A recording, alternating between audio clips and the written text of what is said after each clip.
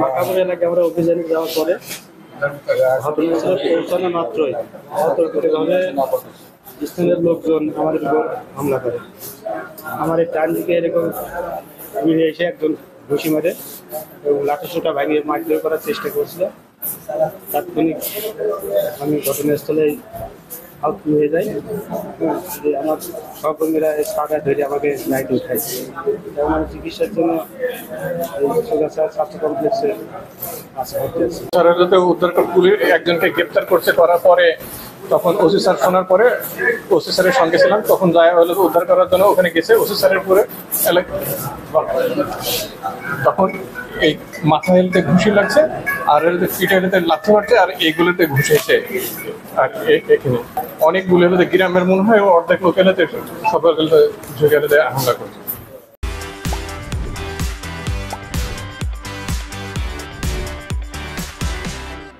সন্ধ্যার সময় আইন শৃঙ্খলা বাহিনী তাদের কাজ করতে গিয়ে বিভিন্ন লোকজন তারা আঘাতের শিকার হন এবং 7 জন আমাদের এখানে আসেন। তার মধ্যে যদিও বেশিরভাগেরই সামান্য আঘাতপ্রাপ্ত হয়েছেন, কিন্তু একজন ওনার মাথায় আঘাত লেগেছে এবং উনি কিছুটা অসুস্থ বোধ করে, তাকে আমরা ভর্তি রেখেছি।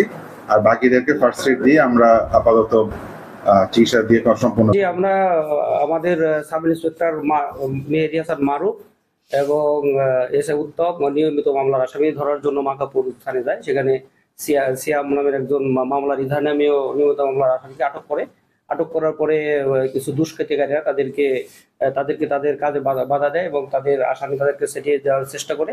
তো এক পর্যায়ে আমি খবর পাই, আমি অফিসার ইনচার্জ এবং আমার সঙ্গীয় ফোর্স অফিসার নিয়ে আমি দ্রুত ব্যাকআপ টিম হিসেবে সেখানে উপস্থিত হই এবং দুষ্কৃতিকারীদের হাত থেকে আমি আমার ফোর্স অফিসারকে উদ্ধার করে আসামি সহ থানায় হাজির হই। তাদের আনার সময় এই দুষ্কৃতিকারীরা পুলিশদের সাথে ধস্তাধস্তি করে এবং এতে আমার একজন অফিসার এএসআই লাবলু তাকে ঘুষি মারে আঘাত করে, সে বর্তমান হাসপাতালে ভর্তি আছে। আমাদের 7 জন ফোর্স অফিসারের সাথে তারা এই ঝামেলায় লিপ্ত হয়েছিল। আমাকেও দেখতে পাচ্ছেন, আমাকে কিছুটা ইনজুর্ড করে, এখানে আঘাতের চিহ্ন আছে। তো যেহেতু তারা দুষ্কৃতিকারী পুলিশের সরকারি কাজে বাধা দান করছে, আমরা তাদের বিরুদ্ধে নিয়মিত মামলা নেব, সে প্রক্রিয়ার দিন আছে। তো এখন বর্তমানে সার্বিক পরিস্থিতি ভালো আছে, আসামিকে আমরা নিয়ে এসেছি, আইন শৃঙ্খলা ঠিক আছে সব।